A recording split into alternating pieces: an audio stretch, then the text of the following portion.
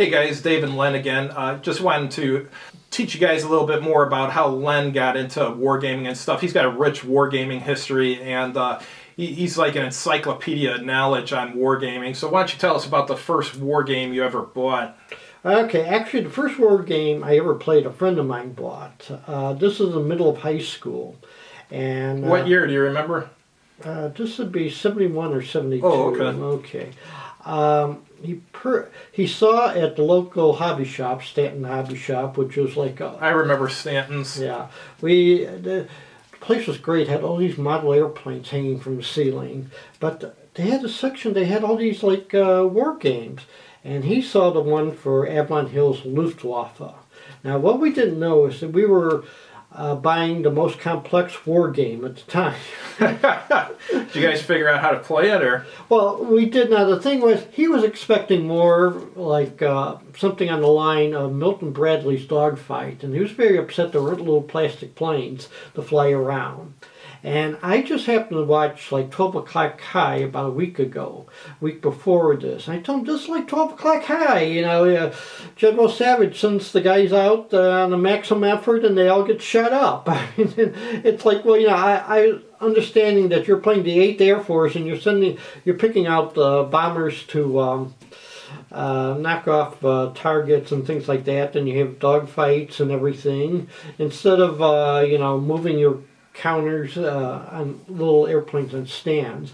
So we figured out it had the famous map sheet rules where it's like, you know, this size, but we kind of figured it out. That's cool. It wasn't that hard. How long was it before you bought or played another war game besides that one? Okay, I'm trying to think of some of the others. We did a few. We did the battle. I'm trying to remember when Battle Jut won. That was Avalon Hill, wasn't it? Yeah. Yeah. And all I remember is in high school we had a history class, and one of the things I wrote an essay on was the Battle of Jutland. And instead of giving the real results, I wrote down the previous weekend's battles. Never noticed that the Germans I lost. think you got a phone Yeah, call. probably some.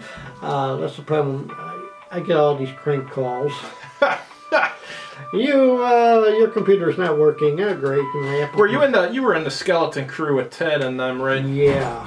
So, actually, I was in the Hawk Wargame Club.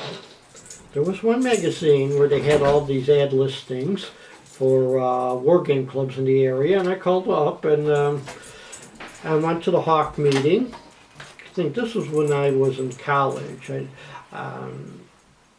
I went there, and all I remember is the first night we played the chainmail skirmish rules with thousands of figures. Oh, wow. Oh, what got me was that somebody told me that, you know, when you want to join the war game club, you know, show them some, you know, paint up some figures and everything. So I had a whole battalion of British Napoleonics. Yeah, the first one was really a Napoleonics game. So I had this like shoebox full of this one regiment, and one guy comes in. He's got a push cart full of miniatures, and then he's going, I got 2 more loads. And then one thing I learned that night is that there are a lot of painters in this hobby, but there's more of a need for people who play the games. So I tend to focus on board games because of that, and let other people do the painting. I mostly painted ships and airplanes. Did you guys play original D&D there, or just Oh, chainmail? yes. Is that where you met Ted? Now, we had an argument with Ted last time I talked to him. I remember him from the Hawk Wargames Club, and he said no. I thought I think he said you guys met at the Skeleton Crew. Yeah, he was definitely there, but I remember him coming a few times at the Hawks, but you know, Ted doesn't remember too well. So. Yeah, that's true.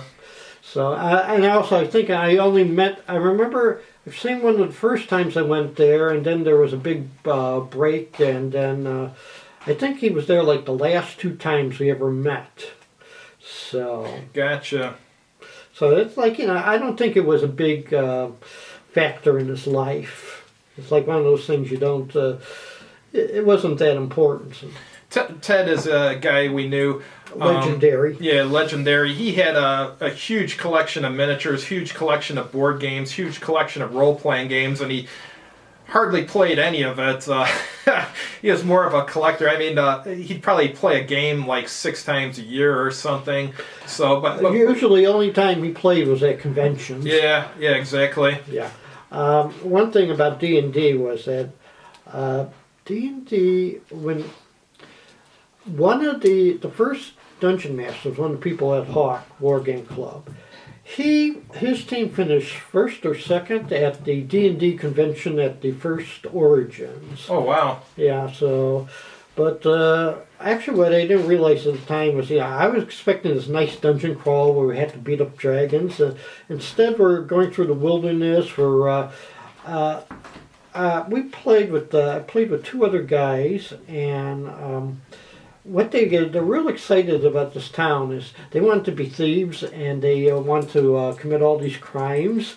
And I'm sitting there, what am I getting into here? I mean, later when they had the steam tunnel controversy, I expected to see this dungeon master's face put up there, say, evil dungeon master.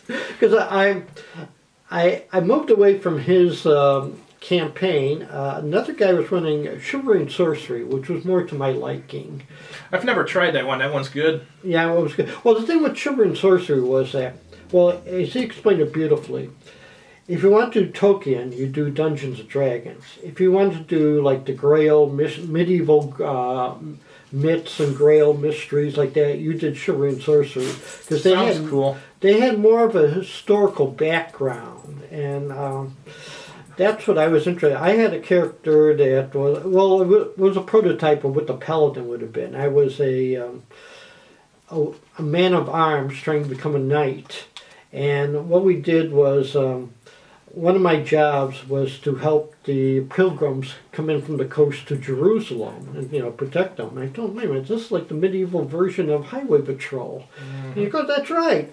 So, my character was Sir Broderick, and his battle cry was 10-4. I think the first role-playing game I ever played in my life was original D&D. I think it was Rob's Dungeon. Remember that dungeon he had decades ago? It was like 3 levels or something. It had all the monsters, basically practically every monster that was an original D&D he had in there. It was fun though. I mean, it was all hack and slash. You just move through there looking for the princess and move to the different rooms and stuff. One thing I liked about his campaign is not if you walked into a room with like an ogre, it wouldn't necessarily attack you. It might talk to you and stuff, so it wasn't like automatic attacks, which like occur in current D&D. Whenever you walk in a room with a creature, there's automatically a fight. So sometimes you'd talk to it and talk your way out of situations and stuff. It was kind of cool. I liked the way he ran his dungeon back then. Okay. I'm trying to think some of the games I purchased. I remember GDW's Targu. There was a battle in the 7 Years' War. And I'm trying to think there. SBI Soldiers. In fact, that's the one thing that got What's that? Is that SBI Soldiers? I never heard of that. Okay, that was one of their first ones. It was like, I mean, what was it? A game or? Yeah, it was a tactical level World War I game. Interesting. In 1914, when before everybody entrenched themselves, and I had this big. SBI had a lot of World War I games, at least actually more. I mean, Avalon Hill only had 1914, and I think SBI had about 2 or 3. That other game company had Verdun. We played that. That was the first war game my dad bought. That's also one of the first ones too.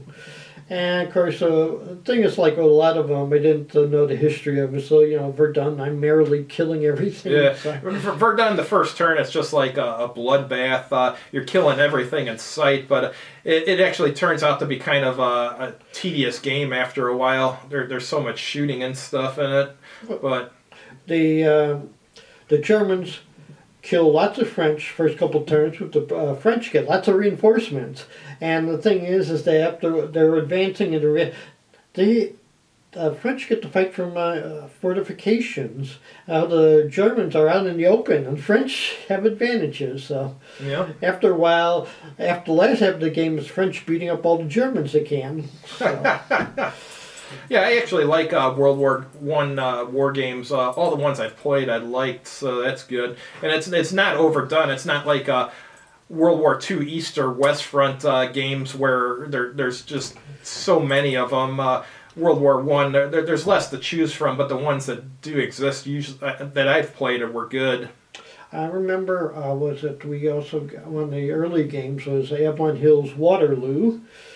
With their classic combat results table, which means that anything less than 3-1 is very chancy. Mm-hmm. And yeah, it was like that in what game was that? Stalingrad. I remember the first time I played Stalingrad, I didn't realize you really needed 3-1 odds or better to attack. So I was attacking with like 2-1 odds and losing unit after unit. I was like, what the hell is going on here? Well, I'm singing the international. Yeah. There's a guy, I think on Board Game Geek possibly, who recreated the combat results table for Stalingrad, where it's less goofy like that, where you can actually do well with 2-1 odds and stuff. But I mean, that's not an official thing. That's just something someone came up with.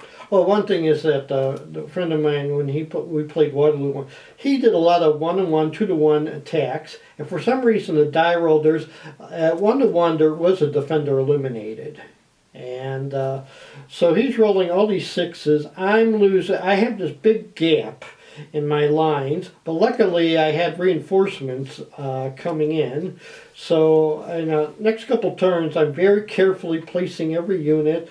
And of course, he hasn't learned his lesson, and he's still continuing 1-1, 2-1s, and at a certain point, he started losing everybody. Yeah. What was the first sci-fi war game you played? Was it Belter or? What's the one they had with the? That Mars one? Not the Mars one.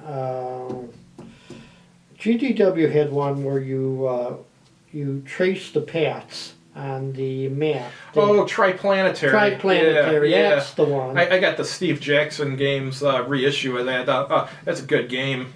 Still don't understand why we need a hex grade if we're putting it out there. But, gee.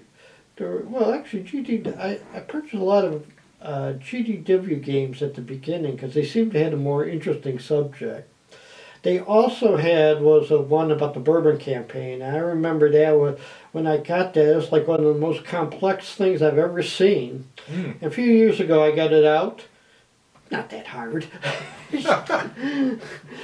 Oh, geez. It's like, well, now, one thing I learned over the years is how to coordinate your forces. And that one was like, wait a minute, when do I bring in the, resupply planes? Or when do I do the paradrop? When did the Chindik's glider in? I forget. All right, guys. Good talking to you guys, and we'll see you guys next week. Have a good evening.